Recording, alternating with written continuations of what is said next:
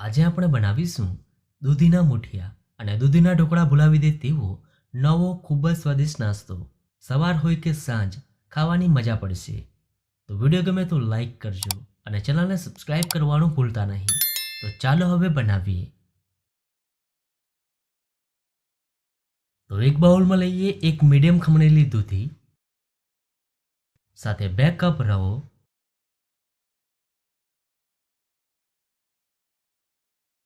અને 1 કપ દહીં ઉમેરી એકદમ સારી રીતે મિક્સ કરી દઈએ. તો અહીંયા મેં દહીં થોડું ખાટું લીધું છે, જેથી આ નાસ્તો ખાવામાં વધુ સ્વાદિષ્ટ લાગશે.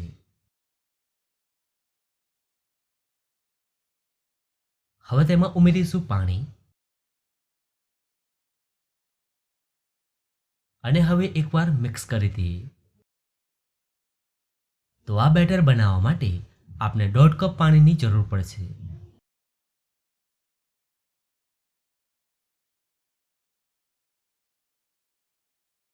હવે બેટરને 10 મિનિટ રેસ્ટ આપી દઈએ, જેથી રવો સારી રીતે પલળી જાય. તો 10 મિનિટ થઈ ગઈ છે.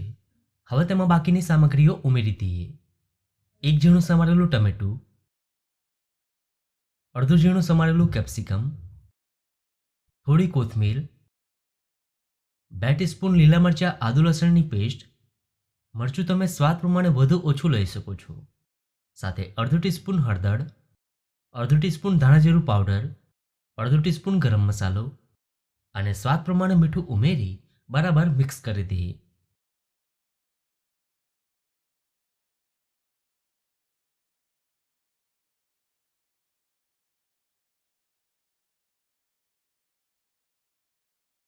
તો બેટર થોડું થીક થઈ ગયું છે. હવે તેમાં આપણે થોડું પાણી ઉમેરીશું અને હવે એકવાર મિક્સ કરી દઈએ.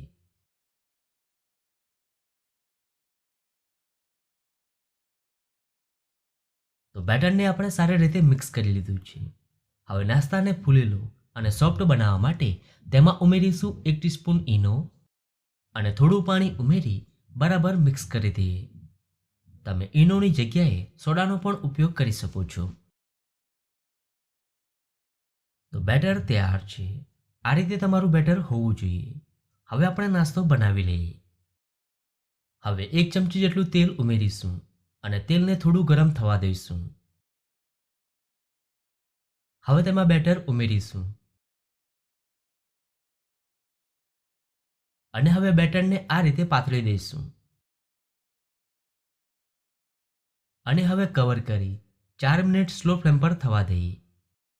તો આપણે આ નાસ્તાને ધીમા ગેસ પર જ કૂક કરીશું, જેથી અંદરથી પણ સારી રીતે કૂક થશે અને ખાવામાં એકદમ સ્વાદિષ્ટ લાગશે. તો આપણે આ નાસ્તાને 7 થી 8 મિનિટ કૂક કરીશું.